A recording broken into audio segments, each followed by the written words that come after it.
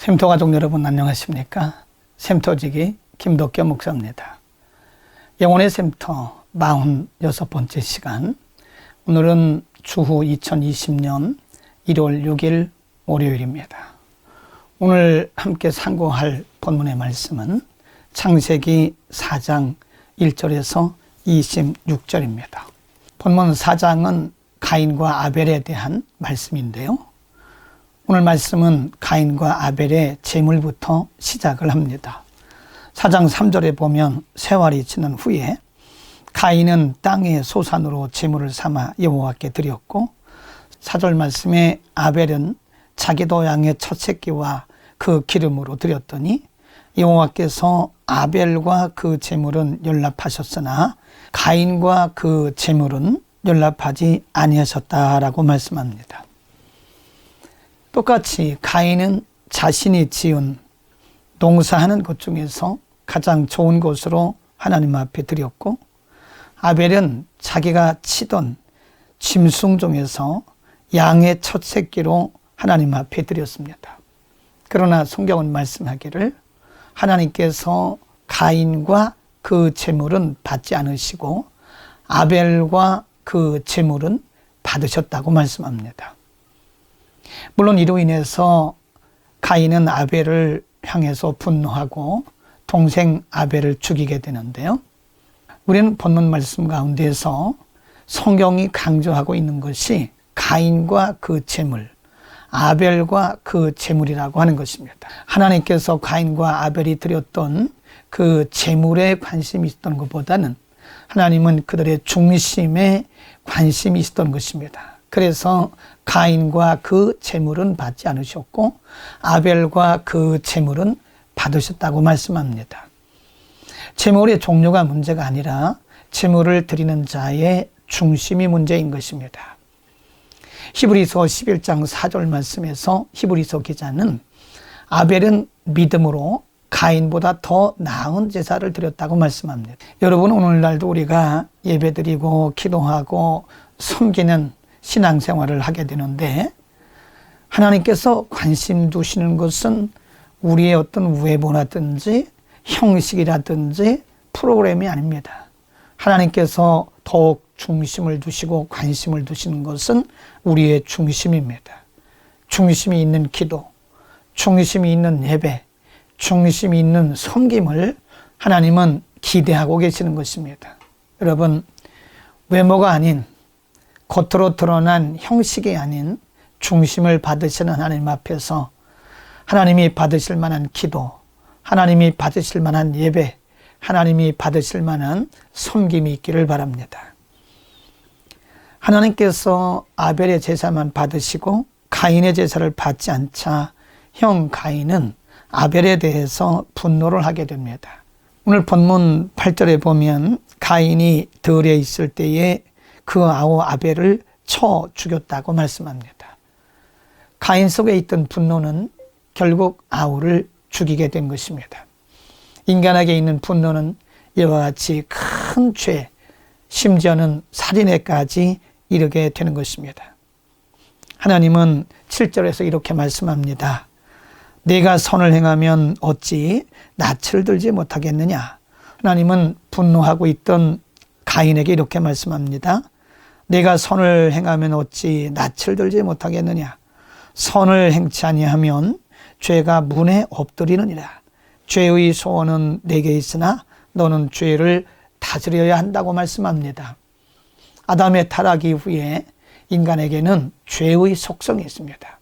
우리는 그것을 죄성이라고 합니다. 그러나 그 죄성은 다스려져야 됩니다.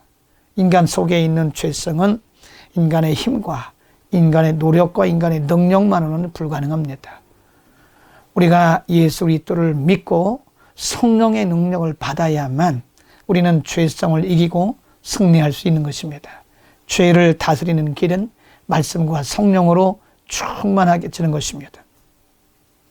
우리 속에 있는 죄를 다스리는 길은 우리가 말씀과 성령으로 충만해지는 길입니다. 하나님은 분노에서 살인한 가인에게 이렇게 말씀합니다.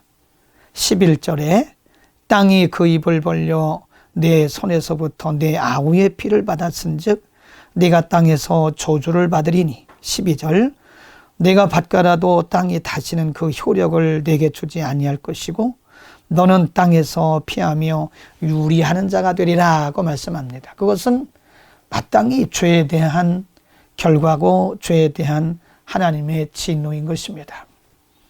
그때 가인이 이렇게 말합니다. 13절에 가인이 여호와께 고하되 내 죄벌이 너무 중하여 견딜 수 없습니다. 14절 주께서 오늘 이 지면에서 나를 쫓아내시온즉 내가 주의 낯을 배웁지 못하리니 내가 땅에서 피하며 유리하는 자가 될지라 물론 나를 만나는 자가 나를 죽이겠나이다 라고 그는 두려움에 떨고 있습니다. 그러나 15절 말씀 여호와께서 그에게 이르시되 그렇지 않다. 가인을 죽이는 자는 벌을 7배나 받으리라 하시고 가인에게 표를 주사 만나는 누구에게든지 죽임을 면케 하셨다라고 말씀합니다. 가인의 표, 이것은 하나님께서 진노 중에서도 그에게 주신 하나님의 은혜를 말씀합니다. 타락한 아담과 하와에게 하나님께서 가죽옷을 입혀주셨던 것처럼 살인한 가인에게 하나님은 가인의 표를 주셔서 무서운 형벌과 죽음으로부터 그를 보호해 주셨습니다. 여러분, 이것은 죄인을 보호하시는 하나님의 은혜, 곧 예수 그리스도를 통한 은혜를 상징적으로 보여준 것입니다. 이제 본문 16절에서 24절 말씀은 가인이 아벨을 죽이고 하나님께로부터 징벌을 받은 이후에 그의 자손들의 모습을 가르쳐 줍니다. 16절 이하에 보면 가인이 나가서 노 땅에 거하면서 이제 자손들을 두게 되는데요. 그 자손들의 특징이 이렇습니다. 21절에 보면 그 아우의 이름은 유발이니 그는 수금과 퉁소를 잡는 모든 자의 조상이 되었다라고 말씀하고요. 22절에 보면 실라는 두발가인을 낳았으니 그는 동철로 각양 날카로운 기계를 만드는 자라 그랬습니다. 각양 날카로운 기계란 무기를 의미합니다. 가인의 자손들은 하나님을 떠나서 스스로 쾌락을 누리기 위해서 악기를 만들기 시작했고요. 또 하나님을 떠난 가인의 후손들은 스스로 자기를 방어하기 위해서 무기를 만들고 개발하기 시작한 것입니다. 오늘 16절에서 24절에 보여주는 가인의 후손들의 삶은 하나님을 떠난 자들의 모습을 가르쳐 줍니다. 하나님을 떠난 자들은 하나님 밖에서 스스로 인간의 쾌락을 즐기고 스스로 쾌락을 만들어내려고 합니다. 하나님을 떠난 자들은 가인의 후손처럼 스스로를 방어해야 되기 때문에 무기를 개발하고 무기를 만들어냅니다. 오늘 본문의 말씀은 가인의 후손들을 통해서 하나님 없는 자의 비참함을 우리에게 보여주고 있는 것입니다. 여러분, 우리가 하나님 안에 있는 것이 그것이 행복이고 하나님 안에서 살아가는 것이 바른 것이고 하나님 안에 살아가는 것이 인간의 본분인 것을 우리는 알아야 됩니다. 우리가 하나님 안에 살 수 있다고 하는 것이 얼마나 감사한 일이고 하나님과 동행하며 사는 것이 얼마나 복된 것임을 오늘도 우리는 알아야 됩니다. 25절에서 26절에 보면 아벨 대신에 이제 셋이 낳게 되는데 25절에 아담이 다시 아내와 동침함에 그가 아들을 낳아 그 이름을 셋이라 하였다 그랬습니다. 아벨 대신에 하나님께서 셋이라고 하는 아들을 주셨는데 26절에 보면 셋도 아들을 낳고 그 이름을 에노스라 하였으며 그때 사람들이 비로소 여호와의 이름을 불렀더라 그랬습니다. 여러분, 이 내용을 보면 아주 대조적이지 않습니까? 가인의 후손들은 스스로 쾌락을 즐기기 위해서 악기를 개발하고 악기를 만들었지만 아벨의 후손들은 어디 가든지 하나님을 예배하고 경외하는 삶을 살았습니다.